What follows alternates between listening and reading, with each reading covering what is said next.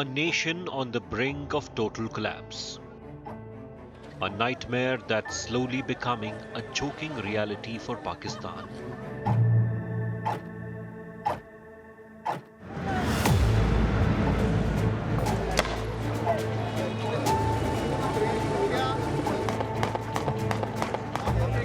A country not unfamiliar with tension and turmoil, now faced with a crisis that dwarfs anything it has encountered before.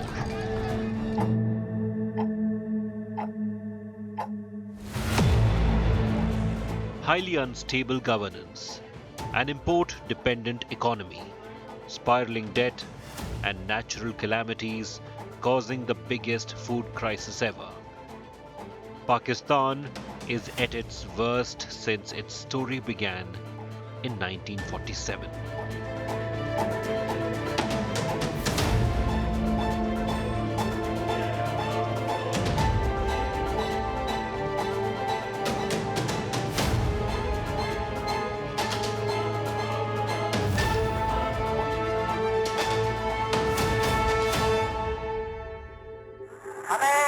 Pakistan को कायम रखने के लिए अभी और कुर्बानी करना होगी. A country just 75 years old was a vision. Jinnah couldn't survive to witness it. To be true, even if he had, the vision would still be a dream. While some read his invocation for Pakistan as a Muslim state to be governed by the laws of Islam, others read it as a secular state for Muslims away from Hindu domination. But in either case, the country has failed. Jinnah's hope for a nation with one religion, Islam, and one language, Urdu, paled in the shadow of an increasingly authoritarian state. हमारे दुश्मन ये चाहते हैं कि पाकिस्तान पैदा होती कायम हो जाए. He was a more liberal man. His vision was of a more secular Pakistan, not just for Muslims. He wanted a separate state for Muslims, but Pakistan was not meant to be only for Muslims. Whoever wanted to stay could stay. From there, the vision narrowed down since the army takeover, the influence of fundamentalists, extremists. You're now seeing a very parochial vision of Pakistan, where they're not looking at how Pakistan can play a larger role in the geopolitics, but have confined themselves to few regional issues like Kashmir, India, Pakistan, terrorism, using terror as an instrument of state policy. In our vision of Pakistan as a secular state has been eclipsed by the rise of radical Islamic party.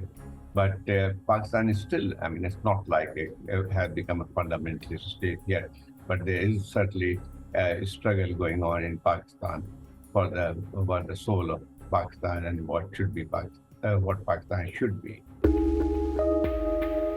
To create a nation's wealth is to create a pathway to development, and the destiny of Pakistan's 240 million people is dependent fully upon foreign currency to import essentials. Decades gone by, but there's still a greater outflow of foreign exchange than the other way around, bringing about the ruinous situation that Pakistan now finds itself in, with enough foreign currency for bare weeks of imports. We are a net importer of oil.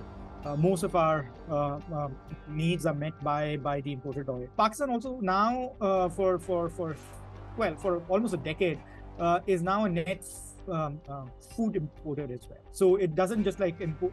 And I'm not really talking about non-essential food items. I'm talking about essential food items. So it imports wheat, it imports onions, it imports potatoes, It imports cooking oil. That's again a big ticket item in our import bill. Pakistan's dependency on imports has ballooned as a result. One major reason was the 2022 floods disaster that brought devastation to the complex terrains of the country. 1/3 of the country was underwater, as per satellite images. With the loss of human lives and livestock, 2 million acre worth of croplands were destroyed too. Floods cost Pakistan an additional $15 billion. That's roughly 4% of the country's GDP. We have to understand the floods of 2022 were unprecedented. There were rains in parts of Sindh and Balochistan that were, in some cases, 400, some cases 800% more than monthly averages, or what normally falls in those parts of Pakistan. And throughout Pakistan, as many as 30 million people were affected, 10 million people were displaced. And the World Bank reports that just the infrastructure lost because of last year's floods is in the range of about $30 billion. Now, Pakistan is in an IMF program, and having a $30 billion hole blown out the side of its economy on account of a climate event is devastating and has put extreme pressure on Pakistan's economic situation.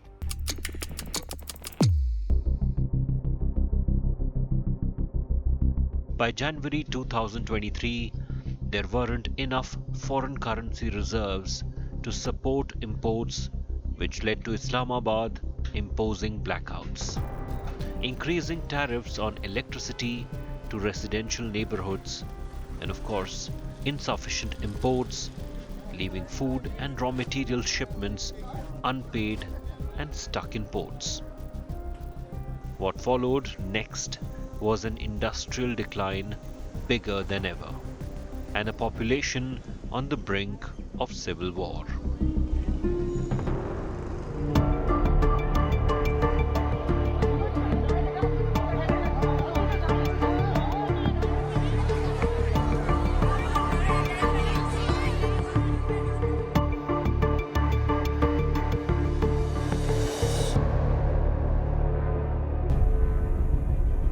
In no time, the country saw its inflation graph touch unthinkable levels. But what's also increasing is the debt graph. As of March 2023, the country owes about $5.6 billion to IMF, which, as per IMF's latest prediction, will go up to $7.3 billion in the next fiscal year, with the increased burden of interests on borrowings. It is unlikely that Pakistan will be able to finish the ninth review successfully, and will be able to get IMF. I think there have been sort of many disagreements with the IMF. There has been there has been trust deficit as well, owing to two policy steps that were undertaken in two different governments in the past 1.5 years that very adversely affected any chances of us completing this program, completing this review cycle, and ultimately completing this program. But I think right now the big stumbling block, the big roadblock between IMF and the Pakistani government is the amount of money that the IMF thinks that we require to manage our external. Okay, so it's actually the external financing requirements that are posing to be a real challenge for Pakistani government. Pakistan received much of its financial support from IMF thanks to its location, but also due to investments made by China in the Belt and Road Initiative.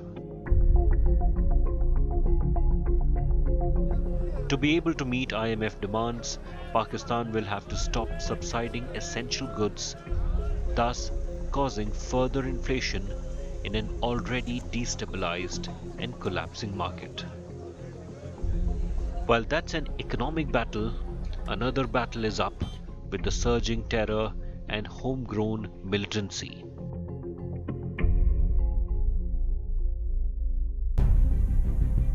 The continuing wars in the Afpak region, in Pakistan's tribal areas, and across the Durand line, bisecting Pashtun territory that straddles both Afghanistan and Pakistan, has created a slow burning crisis that has gotten exponentially worse with the Taliban in the saddle in Kabul.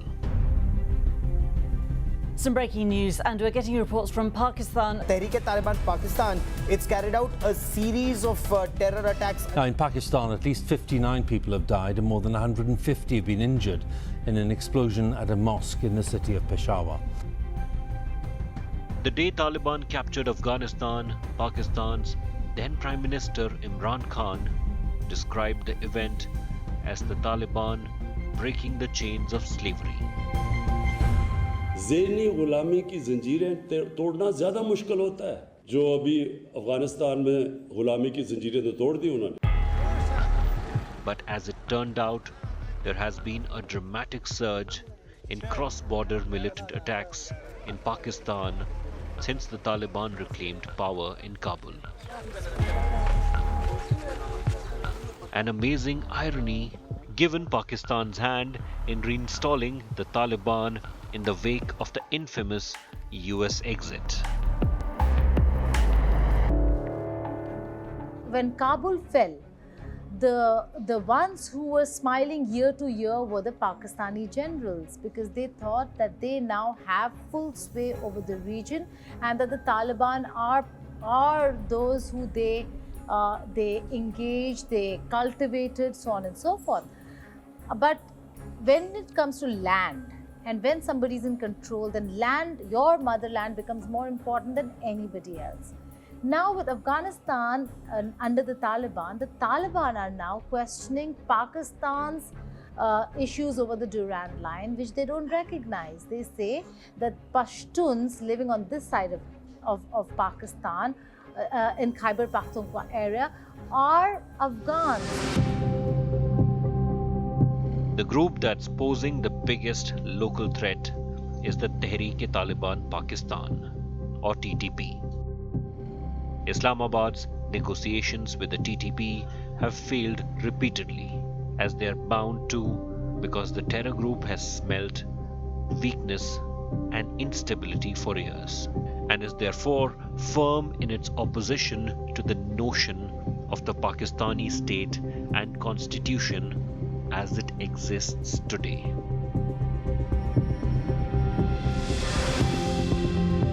If that wasn't enough, Islamabad still wrestles violently with the separatist movement from a minerally rich and resourceful Balochistan province.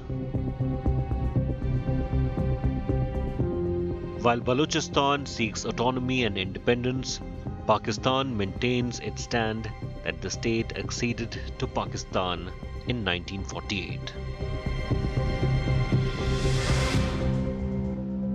The Balochistan movement is not a very old or not a very new thing. It has been around, but there has been a difference in how the Baloch rebels are looking at Pakistan. What has happened is that in the past they always thought that Balochistan was neglected, that they were not given enough, that they were not treated equally, which is absolutely true. And that's why the whole secessionist movement began. But with now the coming in of the Chinese, with the coming in of foreign investments looking at Gwadar port, CPEC projects, they all go through Balochistan. And you see that the money never reaches the Baloch. Money always goes to leaders in Punjab and Sindh. That difference now you're seeing play out in national politics. Insurgency has taken a different route altogether. It is now more rooted towards the fact that earlier, yes, they were fighting for their rights. Now they're fighting for their land itself. Pakistan's all-powerful army now has a new chief, General Asim Munir. In a country where democracy has been a facade for the true complexion of government, General Munir is the country's de facto first citizen. His predecessor, General Qamar Javed Bajwa, held the all-powerful post for 6 years. The appointment of the army chief was a subject of considerable political tension. When Imran Khan chose to take on the Pakistan Army and ISI in a very public confrontation, he was quickly ousted from power. आप जितना मर्जी कहें हम neutral हैं, जो मर्जी आप कहें हम न्यूट्रल हैं, तारीख के अंदर लोग आपको ब्लेम करेंगे ये जो मुल्क के साथ किया है. Under sub rule 4. When the opposition Pakistan Muslim League ran a no-confidence motion in parliament against Imran's leadership, the world knew it was only a cosmetic diversion from the real power play that had been set in motion by the then army chief to topple the former cricket icon turned prime minister. Things haven't settled even for a moment for Imran since his dramatic ouster from power. From a shooting attempt in the middle of a rally to a judicial probe against him for allegedly concealing details of gifts received when he was Prime Minister. If the army chief is citizen number one, then Imran Khan is the undisputed target number one. When Pakistan's top court ordered Khan's arrest, it inflamed the former Prime Minister's huge support base, triggering riots and violence across the country.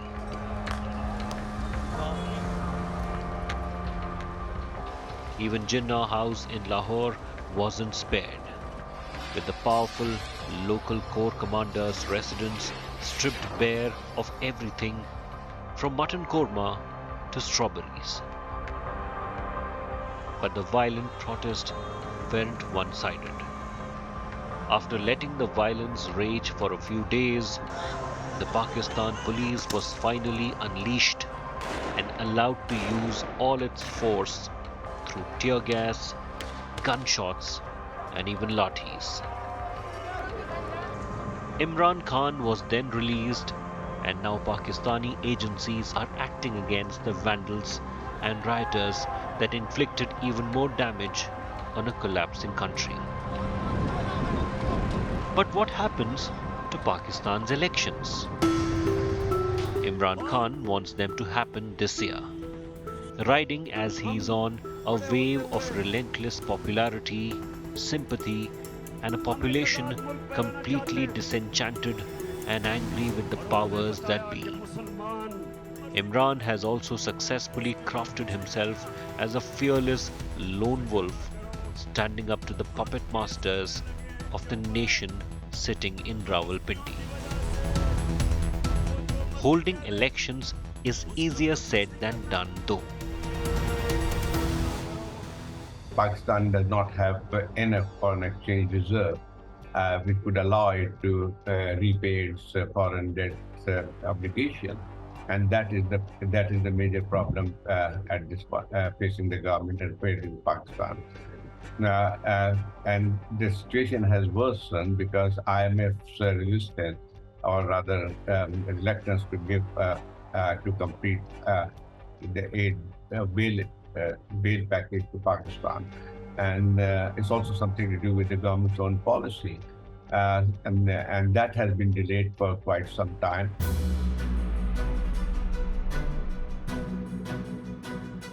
For now, Pakistan's priority is to get things to a respectable situation, where the country isn't days away from disaster. हुकूमत को अवाम की मुश्किलात का अंदाजा है और इसकी हर मुमकिन कोशिश है. The ruling Shahbaz Sharif government has taken steps with the budget proposed in the assembly aimed at fighting back the economic disaster. दुनिया की तारीख ये बताती है. Meanwhile, Imran Khan's constant outreach to people asking for support seems to be working out for him too. The biggest question remains, who will win the next general elections? And when will it happen? Will Prime Minister Shahbaz Sharif be able to come back to power, this time democratically? Can Imran Khan win on the strength of his popular support, despite his confrontation with the military. As with all the things in Pakistan, nobody knows as a shape-shifting situation beguiles even the most seasoned observers of a country that has paradoxically defined that old adage, history repeats itself. If you are looking at a country that has bred terrorists, that has thrived on security conflicts across the region and feeling powerful because other countries in the West need you to stabilize the region, and that's all that your currency is, that currency is a diminishing currency. The larger nation suffers at the hands of a military establishment and will continue to suffer unless and until the system changes, that the men in uniform should be confined to the barracks and those who are elected by the people should be in power running the country.